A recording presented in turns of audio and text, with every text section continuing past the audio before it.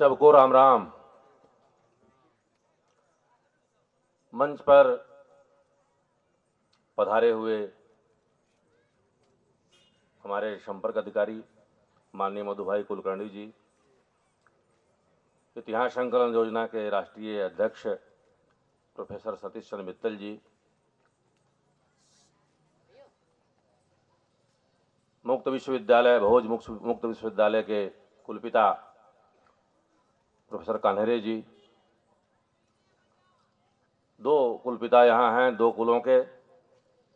एक सामने बैठे हैं सपत्नीक प्रोफेसर रामदेव भारद्वाज जी, सपत्नीक, जिनका मार्गदर्शन हमको समापन में मिलेगा। माननीय संचालक जी, माननीय पुजारा जी, हर्षवर्धन जी, अखिल भारतीय इतिहास संकलन योजना के महामंत्री प्रोफेसर ईश्वर चंद्र विश्वकर्मा जी, मेरी बड़ी बहन और मोन्यूमेंट अथॉरिटी के चेयरमैन प्रोफेसर सुष्मिता पांडे जी, दोनों त्रिपाठी जी, सम्मुख बैठे हुए अध्येता भैया बहनों। जो भारत का इतिहास हम पढ़ते हैं तो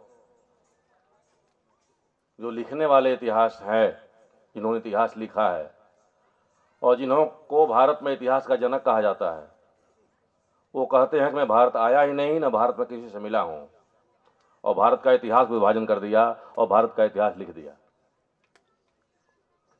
आज भी जब दिल्ली विश्वविद्यालय में, अन्य विश्वविद्यालय में जो इतिहास पढ़ते हैं तो उसमें भी लगता है कि जो लोग लिखे हैं उनको भारत से कोई संबंध नहीं है। और जब दिल्ली स्थित झंडेवाला में एक जनजाति एक पुस्तकालय का जब मैं दर्शन करता हूं, वहां अध्ययन करता हूं, देखता हूं, तो उन किताबों को पलटने के बाद लगता है कि उसके लेखकों का भारत के आदिवासियों से, जनजातियों से, वनवासियों से कोई तदाम स्थापित नहीं हुआ है। तो जहां यहां हमारे भारत में जंगलों में बैठकर तपस्या करने का और जंगलों में बैठ करके अध्ययन करने का और लेखन करने का जो परंपरा हमारे वहां थी, उसके जगह पर अंग्रेजों के आने के बाद, मुसलमानों के आने के बाद एक दूसरा रूप धारण कर लिया और भारत का इतिहास किसी महल के कमरे में कि एयर कंडीशन हॉल में बैठकर लिखना प्रारंभ हो गया, जिसका कारण है कि भारतीय इतिहास में भारतीय चित्त का दर्शन नहीं होता, भारतीय चैतन्यता नहीं दिखाई देती।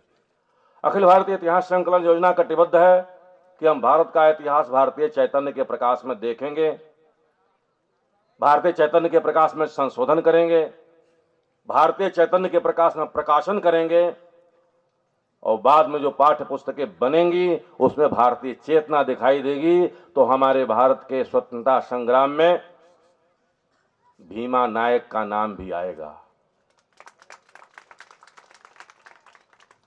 अभी स्वतंत्रता संग्राम एक खानदान, एक परिवार का नाम तक सिमट जाता है, कुछ लोगों का नाम लेने विवाद भी हो जाता है, लेकिन जहां 3.5 लाख लोगों ने शहीदी दिया इस देश में 1857 में, और कुल मिलाकर 7 लाख से अधिक लोगों ने देश को स्वतंत्र करने के लिए अपनी बलि देवी पर अपने मस्तक को चढ़ाया, ऐसे गांव के, ऐसे वनवासी क्षेत्रों के, ऐसे वनों के लोगों का कहीं नाम दिखाई नहीं देता।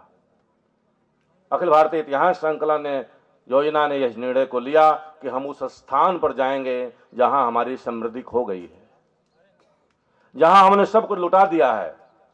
हम वहां जाकर अपने इतिहास को ढूंढेंगे और वहां इतिहास के मूल तत्वों के आधार पर भारत का इतिहास लिखेंगे। और उसकी कल्पना में एक प्रयोग हमने जनजातियों का इतिहास ऐसा एक विषय बनाकर सामने लाया। लगभग 7वां 8वां इस प्रकार का सेमिनार हमने किया है अभी तक जनजातियों पर, लेकिन यह एक दूसरे प्रकार का इवेंट हमको मिला। मैं 2 महीना पहले इस गांव में आया था, पटेल जी के साथ, सरपंच जी के साथ हम लोग बैठे थे कि जंगल में, कोई टेंट नहीं था। वहां बातचीत से लगा कि वहां भारत तो यहां बसता है, क्योंकि यहां कमरों में, घरों में ताले नहीं होते। किसी बहु बेटियों को कुदृष्टि देखने की कोई कल्पना ही नहीं होती।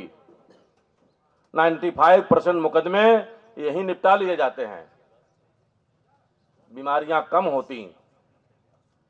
तो राम राज्य की जो परिकल्पना है, दैहिक दैविक भौतिक तापा, वो सब यहां दिखाई दे रहा था। कल से हम लोग आए हैं, सीना फूल गया, लगता है कि कितना ऑक्सीजन अंदर जा रहा है। और दिल्ली वालों को और समस्या है, दिल्ली वालों को तो ऑक्सीजन मिलता ही नहीं है, जहर ही पी रहे हैं। यहां आने पर एकदम मन स्वस्थ हो गया है, लगता है कितना ऑक्सीजन है, किसी प्रकार का भौतिक ताप यहां नहीं है, किसी प्रकार का दैविक ताप यहां पर नहीं है। कम में गुजारा कर लेना हमारी परंपरा में है। और कबीरदास कहते हैं, चाह गई चिंता गई मनवा बेपरवाह, अजा को कछु न चाहिए वही शहंशाह। कुछ नहीं चाहिए, हम खुश रहते हैं अपने में।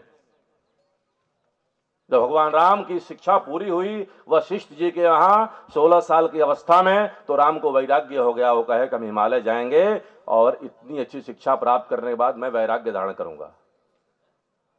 फिर वशिष्ठ ने 2 वॉल्यूम में ग्रंथ की रचना की। वो बोले, राम जी को बताए, जिसको योग वासिष्ठ कहते हैं। वाल्मीकि की 2 कृतियां प्रसिद्ध है। एक तो रामायण सब जानते हैं, योग वासिष्ठ, जो वशिष्ठ ने राम को योग की शिक्षा दी है। और ये कहा कि नहीं, ये पहाड़ में और साधु हो जाने से, मठों में जाने से ये समाज का कल्याण नहीं होगा, इसके लिए आप पैदा नहीं हुए हैं। तो राम ने निर्णय लिया था, मुझे वनवासियों भाइयों के साथ जाना है, और कोई ना कोई व्यवस्था बना करके। कौशल्या माता कहती हैं कि माता, अगर पिता ने कहा है तुमको जाने के लिए वन, तो मैं मां हूं, मैं कह सकती हूं नहीं जाओ, और मां का पलड़ा पिता से भारी होता है। लेकिन राम ने कहा नहीं, कैकेयी मां ने भी कहा है, इसलिए माता पिता कोई ना कोई बहाना बनाकर हमको वन में जाना है। और वन में जाते हैं तो वनवासी महिलाएं इकट्ठा होती हैं और कहती हैं कि कौन सा ऐसा देश है जिसको चंद्रमा अच्छा नहीं लगता, और आपको घर से निकाल दिया है। कौन सा ऐसा देश है जहां अंधकार ही अच्छा लगता है।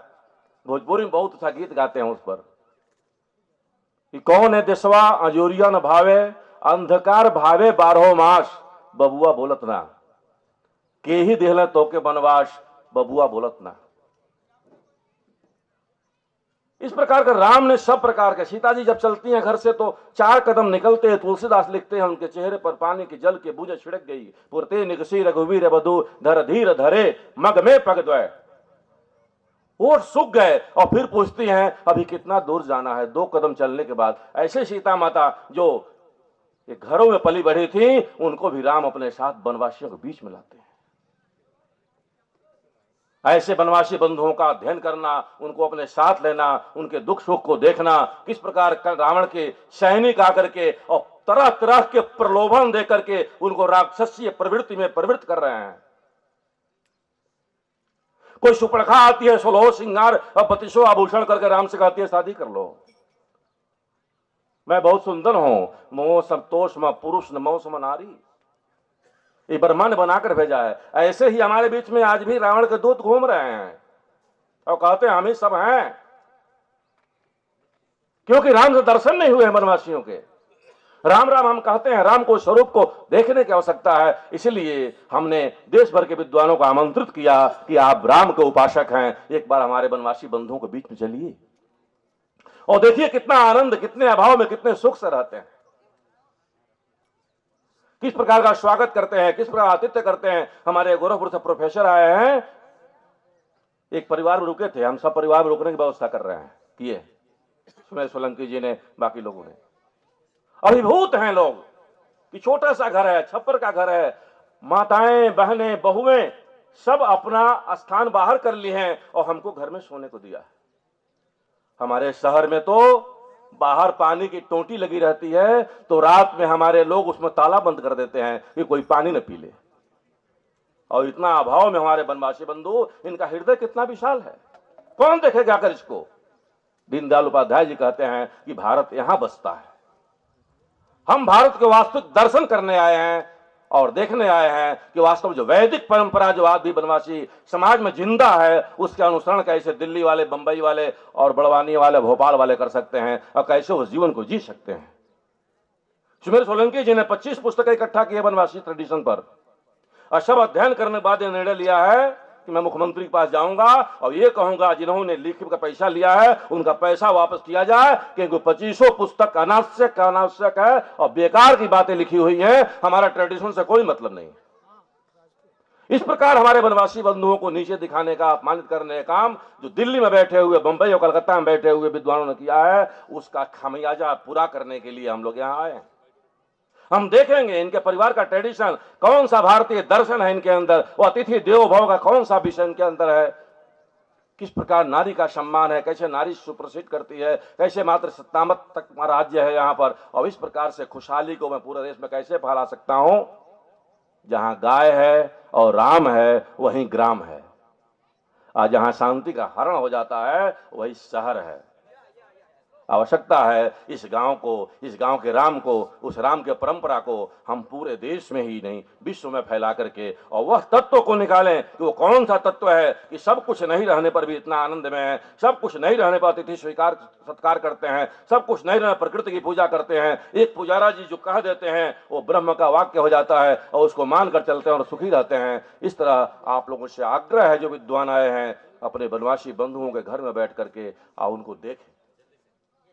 परम पूजनीय गुरु जी एक शाखा पर गए थे और शाखा के बाहर जाने के बाद एक छोटा काम करने वाला कोई कर्मचारी शाखा पाया था और उसने कहा, गुरु जी हमारे यहाँ चाय पियोगे? और गुरु जी चाय पीने जब उनके वहां गए तो जल्दी जल्दी में स्टोव पर चाय बनाया, इतना उत्साहित था गुरु जी हमारे घर आ गए, और उसने अपनी पगड़ी खोली और पगड़ी से चाय छान दिया। पहले चाय छानने की व्यवस्था उतनी नहीं थी।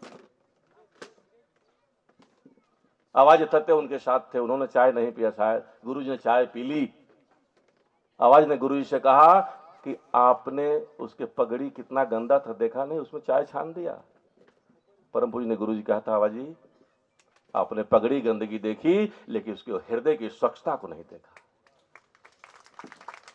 आज हम शहर में रहने वाले पढ़े लिखे लोग आज ही वनवासी बंधुओं के घर में रह करके अगर एक भी अक्षर सीख गए कि किस प्रकार ऋग्वेदिक परंपरा आज भी यहाँ जिंदा है, किस प्रकार नारी का स्वामित्व है यहाँ पर, किस प्रकार महिलाओं का सम्मान है यहाँ पर, किस प्रकार यहाँ के लोग जीते हैं, कैसे अभाव में वैभव का दर्शन कराते हैं। इस प्रकार देखिए सारा का सारा कितना परिश्रम, कई रात से जग करके झाड़ियां काट काट करके, पत्ते काट काट करके और इस किस प्रकार के आपके लिए ये सुंदर चीजें बनाई हैं, किस प्रकार का पेंटिंग है, ये सारी व्यवस्था किया है। इससे हम सीखेंगे और भारत के इतिहास में वनवासी परंपराओं को उसी रूप में सत्य का दर्शन करके हम अगर लिख करके स्कॉलर के सामने और दुनिया के सामने रखेंगे तो यह सेमिनार करने का सुफल प्राप्त होगा।